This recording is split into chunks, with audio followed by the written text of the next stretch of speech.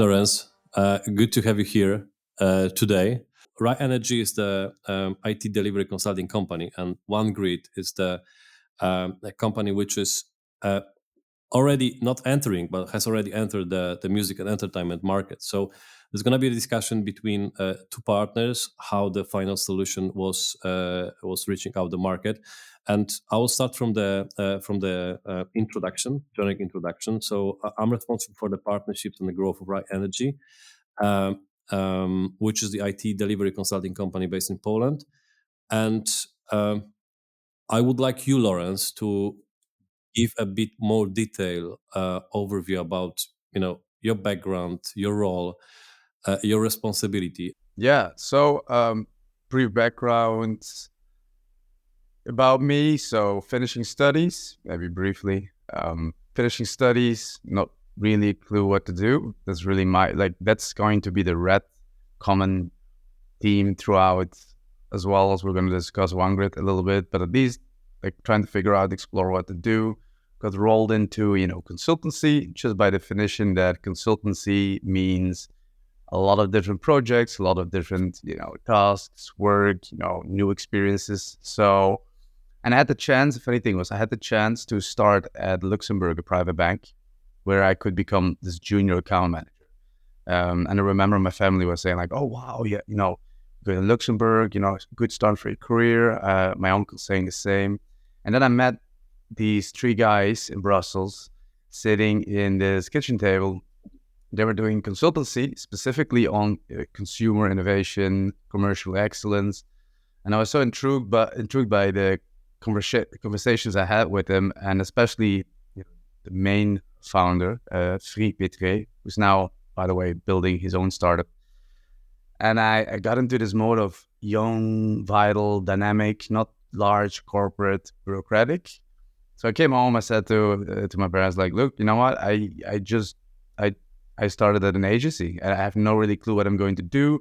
The pay is pretty low compared to my normal accounting role, but I think I can become a co-founder in this. So eventually, 9 years later, we did a lot of client projects. I rolled in as an equity co-founder, and we've been fortunate to have been acquired then by EY specifically, which has been like this huge journey.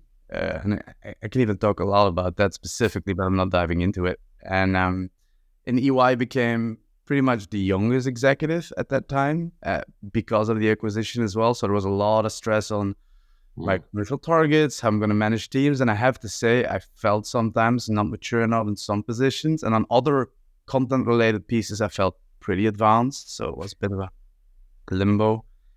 And I had the chance to do 2 years of work leading, digital teams in the large telco operators and a lot of banks work. And there came a point of, again, thinking through what I really want, because sometimes you move into this, you're on the train and the task to do, but you're not really thinking, should I get off this? Should I get off here or next? You're just sitting there. And I got to reflect and I thought, you know what, maybe what am I, 32, 31 at the time? Maybe I'm still young enough to try something new. And I was extremely intrigued by everything that is innovative and new and techy. It's like the geeky side. So I've been into blockchain, exploring it, doing a bit of DeFi. We can dive into that. And I remember one of my counselors who was a senior partner, I had lunch with him and said, you know what? I think they're gonna stop. It's like, what are you going to do? There's trajectory for you. What do you think about future partnership? I said, yeah, no, I'm going to do something with digital art. I need to explore another side of myself.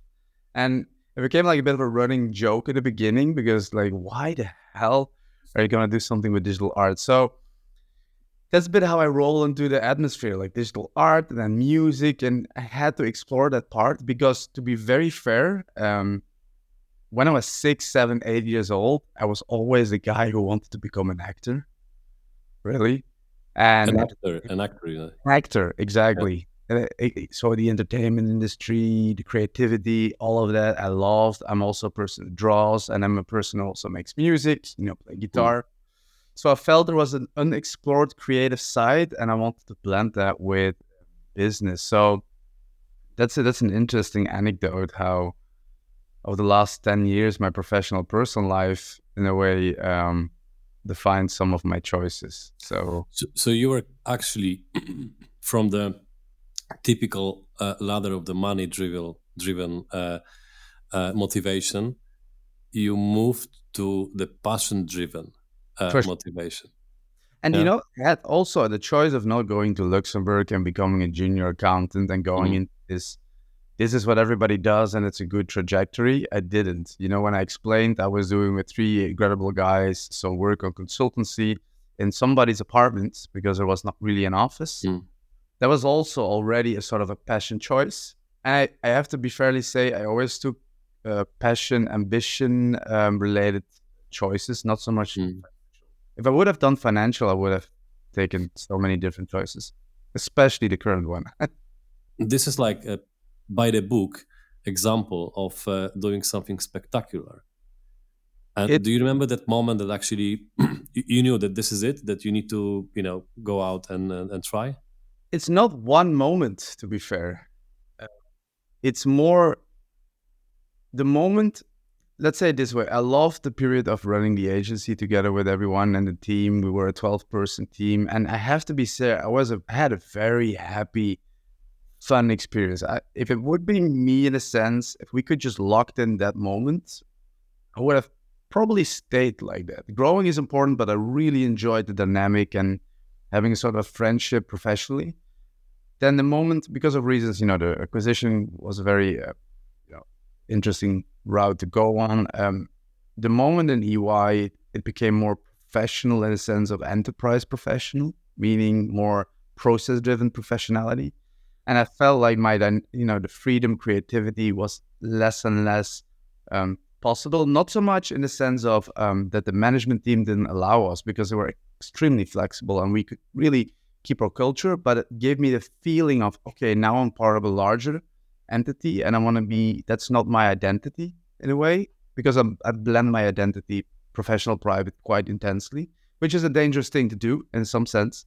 But that time I started thinking that these 2 years while working on, okay, do I like this? Yes. How much? Like, is it a 9? Is it an 8 on 10? A 7 on 10? And it's a sort of a process. And each time there was a chapter in these 2 years that I got a lot of energy of work I'm doing, it went to the background, but sometimes it came back to the front and I started reflecting.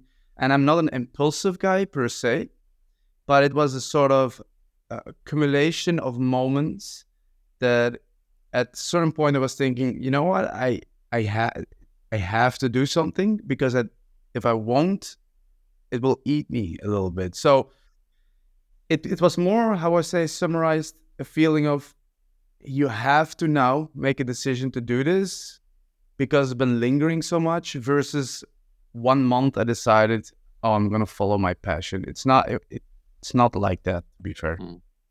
Okay.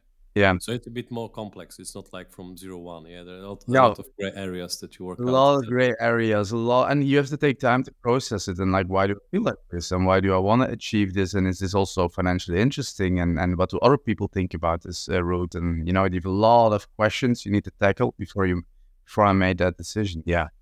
And the root cause of, not the root cause, but the origin of the Onegrid. The idea behind. Could you also kind of dive in a little bit on this one? Yeah, that's also a 2-year process.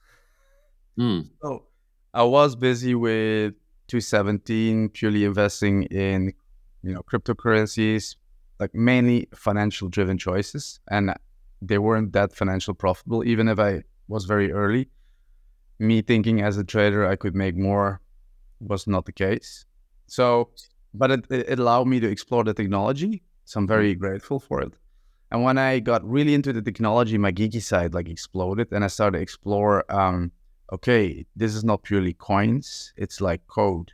It's interoperable code. It's code that is, you can link anything to this. And then the whole concept of NFTs, of course, came into play and I saw digital art popping up and I saw this whole creative world blending with technology, and I thought, oh my. So I was playing around with it, and I was super annoyed by one thing. that I couldn't bring all my wallets, so my crypto wallets specifically, in one place. Because I was playing around with a lot of decentralized finance and some NFTs and art, and it was all shattered all over the place. And I'm a guy who I like to have structure. So I was figuring out, okay, how can I link all these wallets and bring them to one place? And at a certain morning, I thought, you know what? I'm going to build a grid where I link all my wallets and I see all my NFTs and my coins in one place. And that's honestly the first step that Onegrid, the ID and the name came up. And it started to evolve from there, because then I got a bit into the, the artistic scene. I saw music NFTs growing, and it inspired and interested me more and more. And I saw a lot of challenges in that space. So I deviated from that initial idea to grow into the idea of, you know what if we, instead of I build something for me specifically, build something that artists could use and could play around with, and it's more easy. And that's how the idea evolved gradually. But to be very fair, the initial idea was just like a frustration of, damn it, all these assets all over the place. Yeah, so first it was more of, like I said, I was experimenting in the entertainment scene of art, a bit of music was in play, and I was just for me, and I was exploring it, but I was still working at EY. And then I started noticing a lot of challenges. I'm like, oh my God. And I was so passionate about technology in some sense. And I thought, I believe when technology is easy to use and adopt, a lot of beautiful creative cases will come to light. Just like how web builders and no-code applications allowed people to build incredible concepts which are before, not possible. And the same as how AI helps, and we can debate about it as good or not, but at least how AI helps bring out creativity of people who just don't have the skill set to draw, for example. There's just a lot of enablement. And at that point, I thought, what if we could help artists use this technology in their benefit? Because it was a vehicle for, funding and financing. It was a vehicle for encrypting sort of, creativity, even if it's music, art, whatever it is. But it was as well as a vehicle to not be dependent on centralized platforms. And I found that a very interesting take. And it's sometimes a philosophical in sense of data ownership.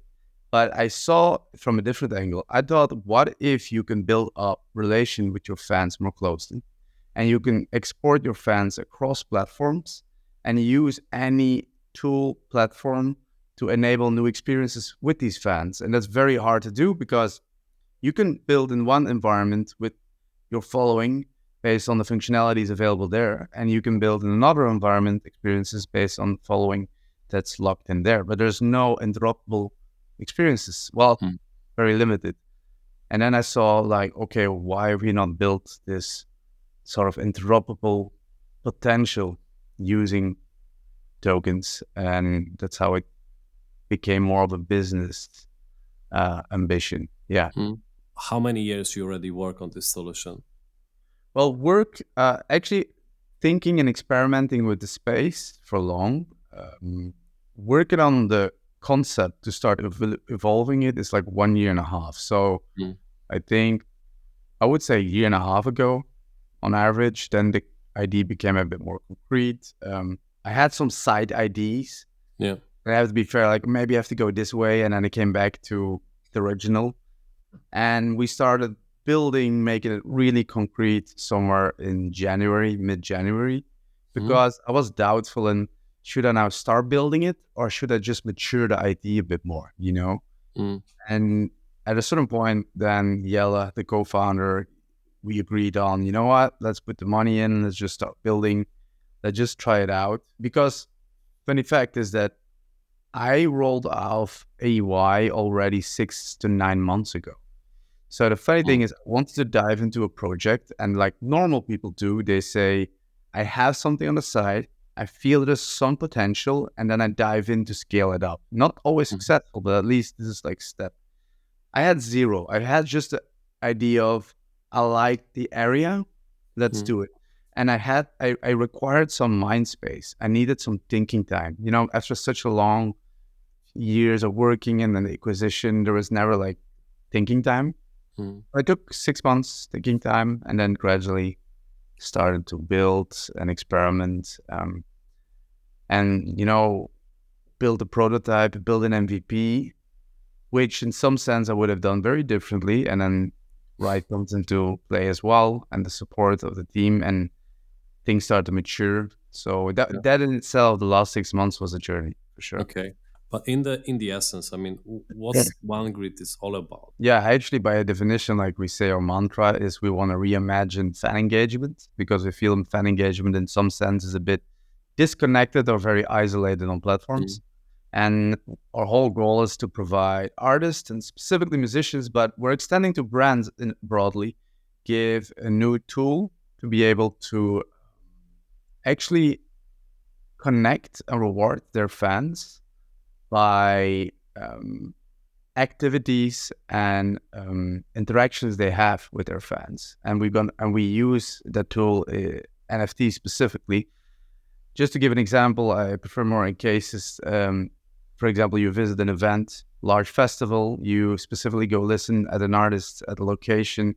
Why aren't you able to claim or, encrypt that moment, bookmark that moment? And what if the artist could then actually verify their audience? Like, okay, these are the people who are verifying and are in front of me because they have no clue. And vice versa, fans have a sort of memorabilium, how you call it, a bookmark, to that event. And that for me is the first link between fans and artists. And what if we can do that on a lot of touch points across a lot of on and offline channels?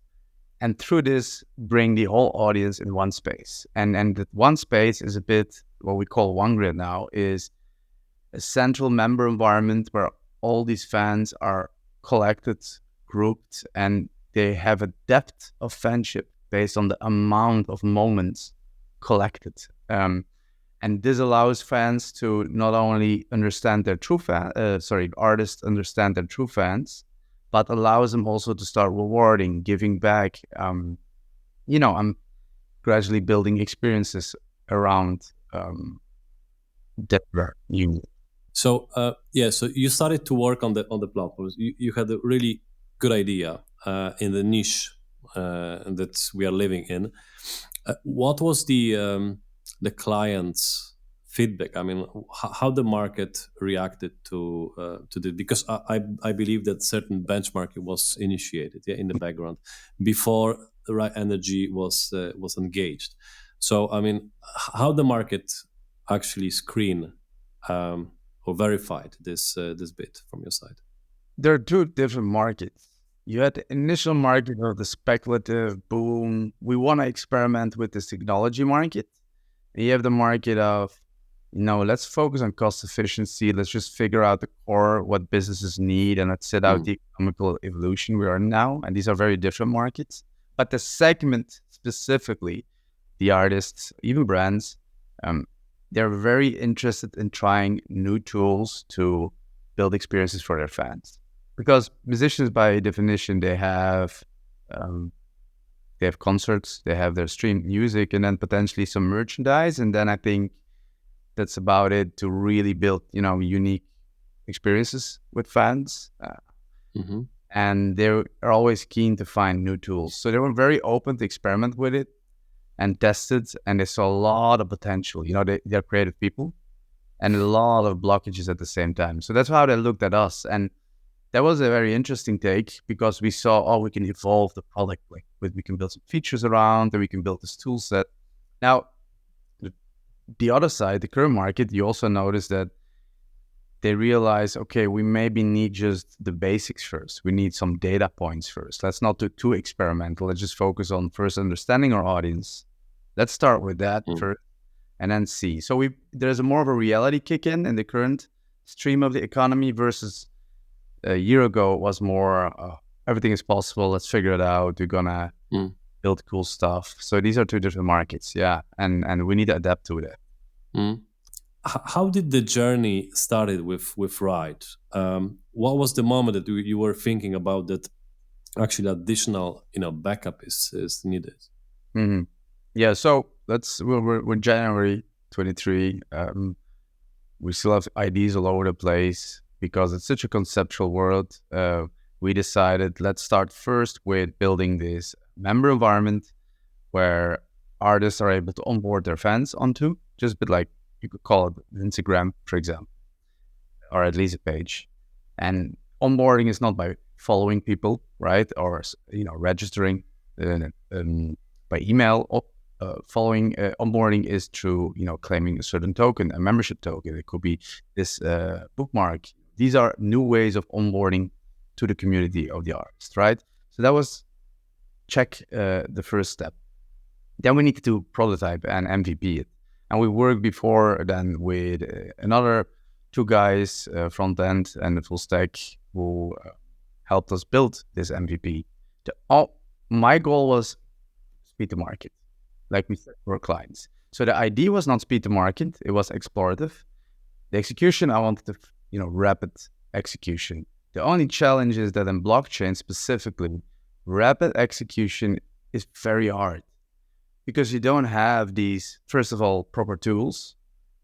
Everybody says build products using Zapier, use no-code tools. You don't have that for blockchain specifically. It doesn't exist properly. And then secondary, speed to market when it comes to financial transactions of value and tokens, which could get lost, which is important, which you could say, let's do a go-to-market of a banking app. We're probably not going to do that in a month, right? So they're like two very hard things of we want to be fast, but at the same time, we're blocked by possibilities. So we started to prototype it, and we did a first version, and there was quite a lot of errors. And my view was, if it's not very stable, and if it feels a bit chunky, that's fine if you do it for a booking app. If it's a financial app where people sell stuff, buy stuff, and you need some, confidence in, I'm gonna buy something on this platform, but the thing is not loading properly. Yeah. So I was in a limbo, and I was a bit frustrated of, okay, people are not going to use this, and I want to professionalize. And that's how I came, of course, in a more concrete contact with you guys is, okay, we need maturity. We cannot wing it the way we're trying to. Yeah. And that was frustrating because you see a lot of people doing MVPs, 3-week launches, and just blockchain doesn't really allow it that easy. That was pretty frustrating. As I was saying at the very beginning, I mean, this discussion is also to give the lessons learned for the others, I mean, which are in the similar situation like yourself. Yeah, founding the company, starting up the business, thinking about the speed to market, wanted to release the solution ASAP, but then struggling with the budget constraints because you want a quality, but you want a speed. So, what would be the main kind of takeaway? I mean, from your perspective. Like, my takeaway is, first of all, what do you want to get out of the support? Is it purely some additional hands to focus on a very specific task that you have outlined perfectly with the team? Do you need guidance in structuring a whole process for development, or do you need even guidance in the concept itself? So and we thought it was just the first one, hands-on, we have something very specific in mind, let's just figure it out. The challenge was, if you're in a market that is being created, sort of a new category, you need to adjust and change constantly. It's not like we lock this in, we're going to build this, and then based on some initial feedback, people will still use, because the need people are constantly evolving. So we actually require more support in structuring and how do we do a very flexible process. While I actually advise a lot of clients on how to do it, but now I have 150 things to do on a daily basis, and it's chaotic, super chaotic. So we needed some structure on how can we set something up that at least has some scope and at the same time allows us to adjust while the market need is evolving, right? So I found that out very quickly and by discussions we had. But on my recommendation here is be very open on the context of what you're working on and the challenges until now and the potential challenges soon. And then trying to co-create the best approach versus going in. What I did a bit hard was I just need this support on this technology for this period of time. And if I would just have been more opening, I think we would have a process more quickly. So that was also the learning curve together on how do we collaborate on a very rapidly evolving market.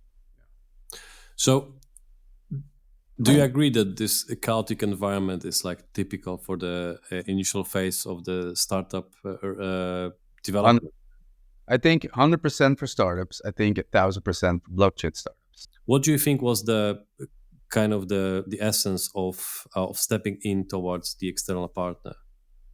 So there are like, let's say, 3 dimensions in the end to it. The first dimension is when you collaborate with an external partner from the start, you need some structure. You cannot expect that the way people work in a startup who are co-founding it is going to be equal as the people, of course, of an external party helping you. You need to have some respect, and people have a different context, So that's what. So that already allowed us to think through, okay, we need a bit of, stability, structure, a little, like that's step 1.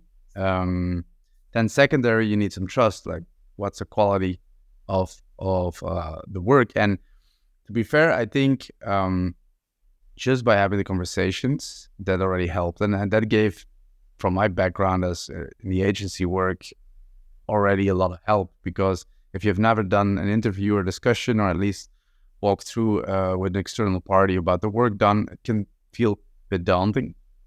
But the third step was more of, let's sit together, what we think you need, let's fix the scope, let's try to work a bit more agile. We were actually extremely minute-wise agile, but agile in a structured way, not agile in, let's call in the morning, guys, let's flip it over, we're going to do something new agile. Let's not, define it. So it made us think through, okay, how are we going to set up such process? So we're a bit forced to think instead of firefighting daily, So that's one, that's second. And then the third is purely the maturity, as well as the team member on the team who comes in and talks through about, look, it helps me the most if we have these steps. It makes sure that I don't jump from one task to another, because you know how it goes in teams. If you bring stress in an environment and you jump around questions, people are following these questions, and in the end, you get nothing done. So that pushback helped us as well, just to trust the process. And I had a lot of challenges with it, to be fair. I'm a person, I'm like, no, we need to push forward and harder and faster. And there comes a point that Jelle said to me, really, like, Lawrence, look, I'm going to take over product management. We're going to do it with Rite. We're going to do it on the tempo as proposed. And you're going to leave it as it is. And that took, for me, a sort of a learning curve. And the funny thing was, after 3 days, you notice things evolved more qualitatively while doing it. So you then start to learn, okay, maybe this process of weekly checks and not firefighting helps, and letting go. So there's a lot of learnings, even personally for myself, in how to guide a team and build a product. The idea, one of the outcomes of partnering up with the experienced partner like Rite was to deliver certain value, like based upon the initial assumption, but also to improve the structure. Yeah, but for sure. What is coming in parallel, like you said, is actually offload you as a co-founder to focus on the business. Exactly. Over the past months, do you see this that it exceeded your expectations when it comes to the initial assumptions of the cooperation? Oh yeah, for sure. Because I always have a very low expectation from the start, in the sense of I always think, this is probably not going to work. We need to do it our way. I think you need that sense as a founder a bit, because that's the reason you push through some ideas that people say, nah, right? But noticing then a sort of a cadence and execution, and your velocity of realization and launches goes faster and quicker, you start to build confidence. And not only that, also the way of collaborating. So I've worked with agencies for a long period of time, and there's a lot of we do it sort of a 9-to-5 mentality. Not that, it's just talking the mentality specifically. This is what we do, and then this is what we don't do because it's not on my scope.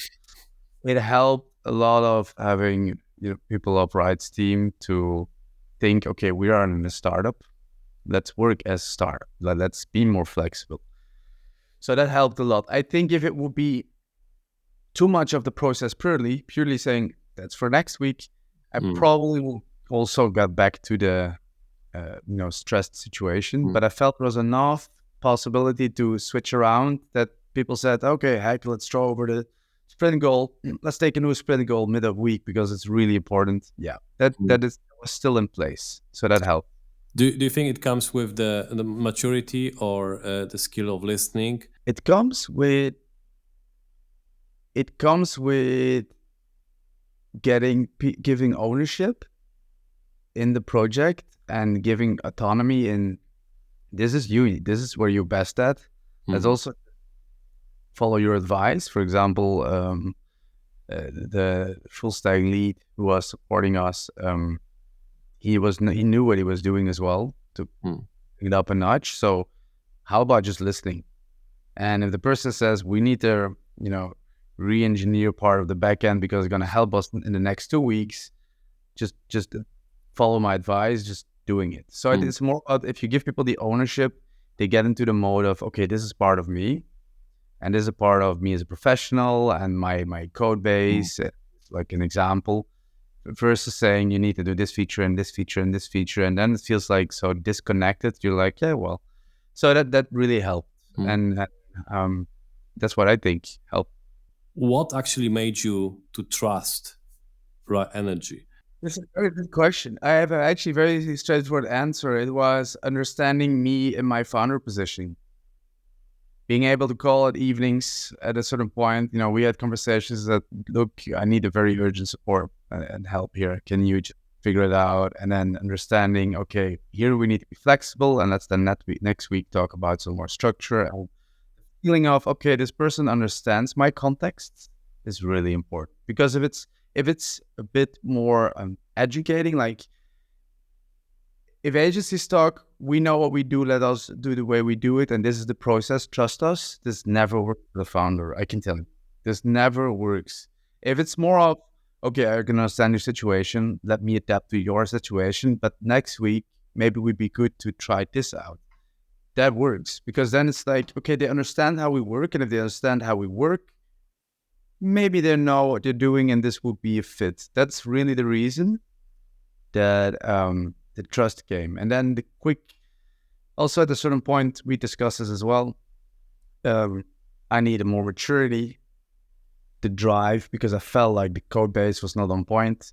Just quick adaptation, understanding the need, the conversations I had with the new lead was, it felt more as an extension of a team versus, hey, we're an agency, we're probably smarter than you, and we're going to tell you how to do it in the coming few weeks.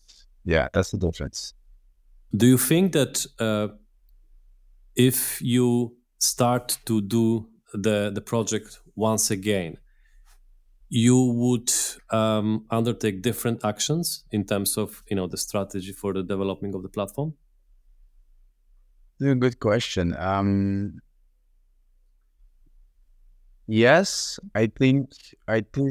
Well, I find it a dangerous question because hindsight in an evolution of a company is very, in hindsight, you do always a lot of things differently. So let's say it this way. I think if I would build another product, and I would probably potentially go to the same mistake, potentially. But if I have to be honest, the best is to lay a sort of an architectural foundation, and then we didn't have to refactor or redevelop a lot of work. But the fact that we're redeveloping a lot of work is also because we're redeveloping the proposition in some sense. We thought to focus a little bit on A, eventually it was more B, but B requires proper A. So correct. It's better to take breathing time and not go into, we have 5 clients we need to deliver, let's just figure it out. But I also at the same time feel like reality sits in and people are waiting and they need stuff and there is no room for 2-3 weeks. So yes, I want to do it different. Would it be possible? Or I found it a hard thing to answer. If you understand my drift, what I'm trying to explain. Yeah, well, I fully understand. because it's very often it's kind of difficult to jeopardize your initial strategy, but in Exactly. parallel be kind of brave to admit that this is what we did, and that was the best possible solution at the time that we were at this moment. And Yeah, I exactly. think that for the startup companies like yourself, the business maturity, or the open-minded um, attitude is something which is really needed, because at the end, like you mentioned uh, in our discussion previously, it's all about the people. I mean, when you invest in the proper people on your side, I mean, they will generate the value, or very often go beyond the value. Yeah, it's not the 9 to 5 mindset, especially when you No, work in the business of the entertainment and fun. So it needs to be fun. Yeah, and if you want to deliver the value to the client, which is for instance the fan of the artist, or the artist band, or the VC, yeah, which is listening to our podcast and thinking about stepping into the Onegrid, you need to find the proper people, because this is what generates the value. exactly. And I know that you have a lot of positive people around you in Onegrid, and this is the essence of one of the biggest fundamental pillars for the success of the company that you're launching. Yeah, And it's also very essential to find a partner which is playing into the same rhythm, listening to the same music. I mean, that's the reason why I had a feeling that we are operating on the same vibe. and the topic has to resonate, right? You can do great work in a topic that doesn't resonate and does Mm. resonate. I think when the topic resonates, you feel more engaged to the topic and Yeah. and that helps. And I noticed as well from the team, they got it interested. It was okay. We have music, but how can we rethink how this link with Mm. fans and audiences and artists are made?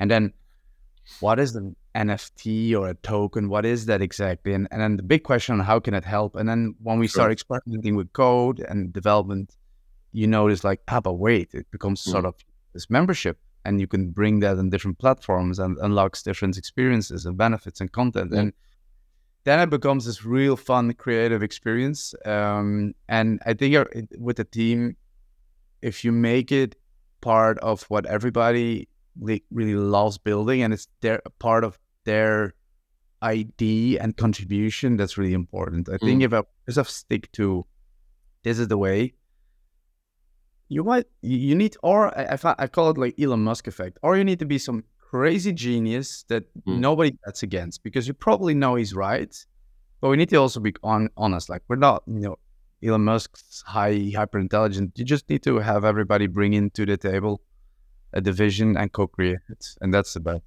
What is the plan for Onegrid for the next months?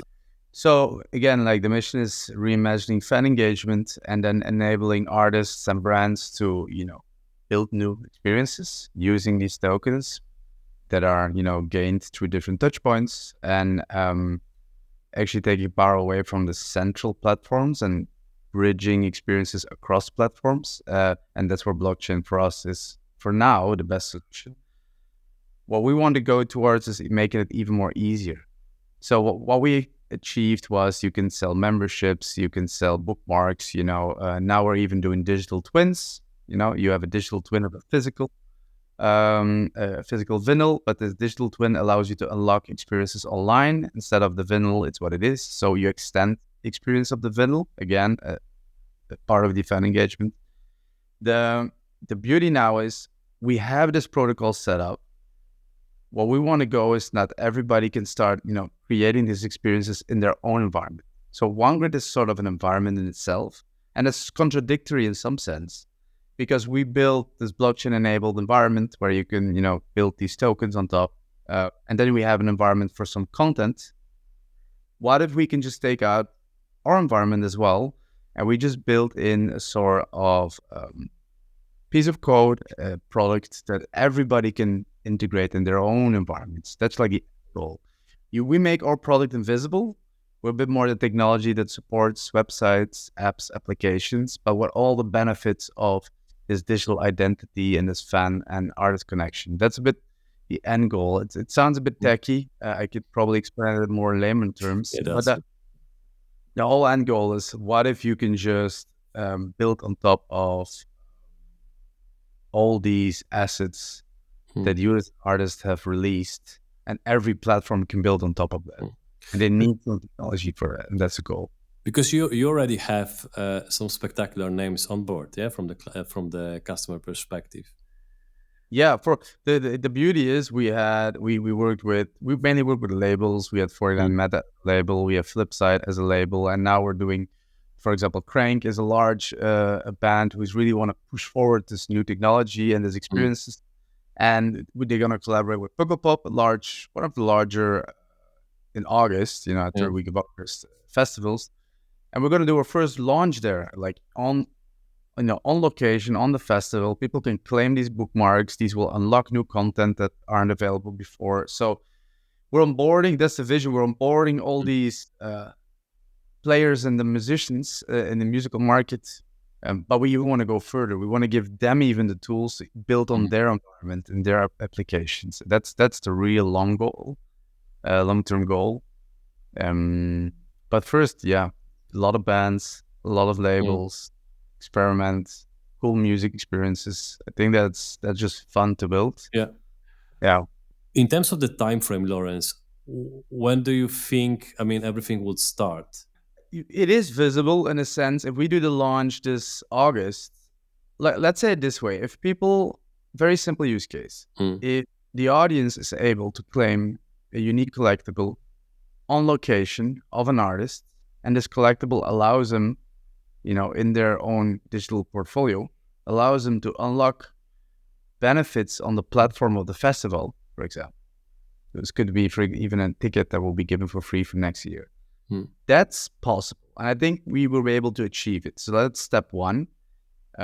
Without the festival or the artist having to build everything themselves from scratch in their environment. So that's possible. I think if we go to the phase of we're really building our digital identity and portfolio, which we bring along in different platforms, I think we need 3 to 5 years, because there's so much infrastructure really not mature yet. A lot of things breaking, security-wise, legal. To have it as a no-brainer, I think 3 to 5, and that's a bit, we need to sit that right out. So we need to find that niche to grow on top, because it's not so much as here's a huge pain, and if we solve it, we have the whole market. That's not the case. Too bad. So small wins, experimental wins, work with musicians who want to be experimental, festivals who want to be experimental, brands who want to be part of that experience, and then expand it more to mass market in the coming 2 years. Yeah. I would like you to kind of come up with the takeaways, the essence that you think is essential to bring it up to the larger audience that's listening and watching us. My takeaways are mainly, first, to create space for people to build and set the process. I felt it was the more you close and hold on to the process and try to control it, actually the more you become the bottleneck of progress. Very hard for a founder, especially for me. So that's one. The second is there's actually a lot of room for specifically artists, musicians, creators as a whole, who are looking for new solutions to tackle the market, connect the audience. There's a lot of requests. There's not a lot of solutioning yet, believe it or not. And third one is built for these artists. We are used to build for businesses, B2B. I feel creators, artists become platform, and I very strongly believe in the coming years you will see a lot of more products angled to the individual as a business, right? They are the platform, and that for me in general is the 3 large takeaways that I had experienced in these last couple of months. Is it also part of your journey to reinvent the blockchain application in this kind of business? I'm not sure I will be the guy who, they call it like this layer 1, layer 2, the blockchain infrastructure.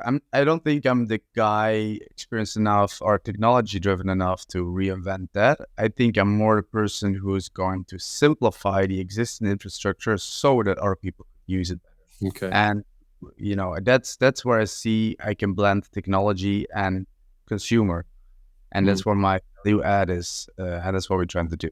Yeah. Cool. I'm just thinking also about some kind of events whether Onegrid will be present. In September, there is Web32. It's one of the largest, Web3 events. It's co-founded by a team of OG Studios, where I will be in a panel discussing just building a startup in the space, like what's new, what's different. So panel discussion, and then in October, I'm invited to EY because of course, good connections and friends there. Is to talk for University of Leuven to the engineering classes about how does engineering evolve, how does blockchain play a role, what does cryptocurrency Web3 play a role, if they do, you have believers and don't. So that will be for us two places that we will really be active. And to be very fair, on congresses and conferences, we're a bit less active. I really believe we have to start building value, connect with clients, and we're not yet in the stage of let's just spend funds to do congresses and conferences and events. I try to minimize that. Funny or not, it's really true. So I hope we're active on a lot of festivals and artist pages, and on social media, communicating about what they're building with the Onegrid versus being at events promoting Onegrid. So the last question from my side: what are the recommendations in terms of the values that RiteNRG has brought up to you over the past months? For me, the recommendations, or at least what I've experienced as really valuable, is the partnership relationship. It's not as much as I need to fill this expertise and can you bring me the people. It's more of, I need to get this goal working, and, how can we collaborate, and can it be done very flexible? And like we do, like we have a sort of a human-like interaction, and I can call and say, look, this is really an issue. And it's just like we do with a friend. That is for me the recommendation. And that brings me a lot of comfort. You could debate that other people want this very formal setting and structure. I don't think that helps businesses the most. I think that helps the most is people that understand the context and listen like a friend, and trying to, advise as a friend and not as a company. Yeah. That's for me important. Yeah. Thanks a lot, Lawrence. Yeah, it's a good journey over the past 1 hour or over. I think we hit the one. Yeah. Yeah. And thanks a lot. I wish you a lot of good luck. I think you will deserve it, and it's going to be a spectacular achievement. All the best. Yeah. Appreciate it. Cheers. Thanks, Darek. Take care. All the best. Bye.